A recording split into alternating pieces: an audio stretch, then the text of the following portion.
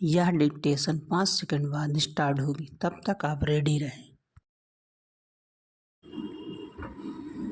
Ready start. महोदय, बोलचाल की तथा अखबारों में प्रयुक्त होने वाली भाषा जितनी सरल हो उतना ही अच्छा है और उसको समझने में हिंदी और उर्दू बोलने वालों दोनों को ही कोई कठिनाई नहीं होनी चाहिए, वही भाषा ही चलेगी।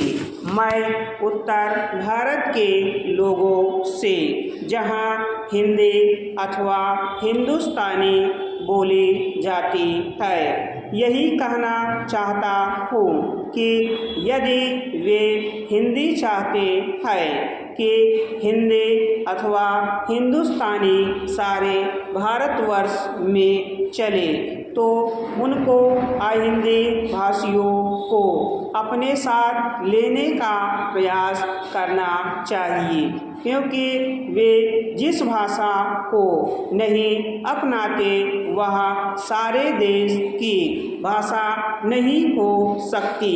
कभी कभी अहिंदी भाषी भी हिंदी में लिखने का प्रयास करते हैं। यदि उनकी हिंदी के व्याकरण की दृष्टि से जांची जाए तो हिंदी भाषी उसे स्वीकार नहीं करेंगे।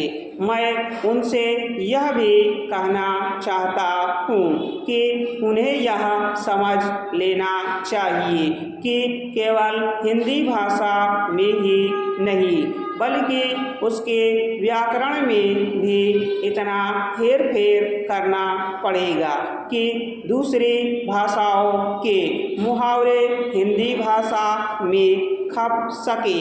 भाषा तभी विकसित हो सकती है। मैं आशा करता हूँ कि भाषा के इस प्रश्न को सांप्रदायिक रूप नहीं दिया जाएगा। मैं उसे एक बार सांप्रदायिकता का रूप देने पर उसमें से निकलना कठिन हो जाएगा।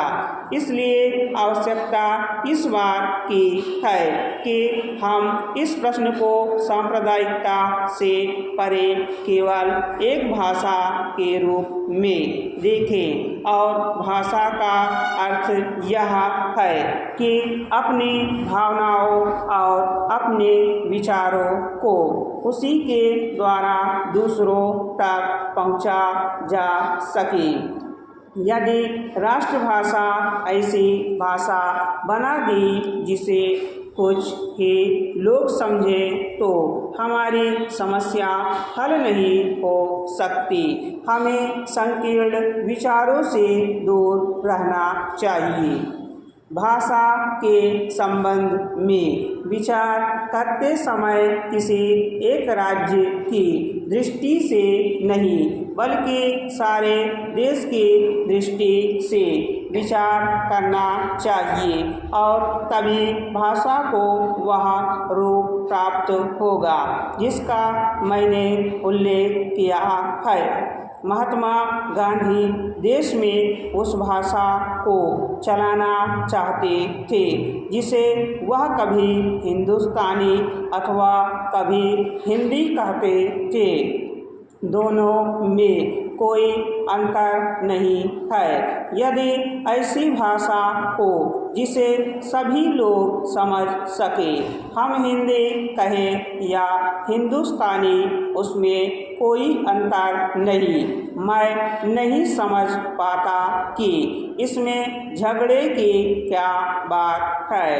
एक दूसरा झगड़ा लिपि के बारे में भी है। हिंदुस्तानी, अरबी और नागरी दोनों लिपियों में लिखी जाती है। हमारे संविधान ने नागरी लिपि को ही माना है। इसमें जबरदस्ती की गुंजाइश नहीं है।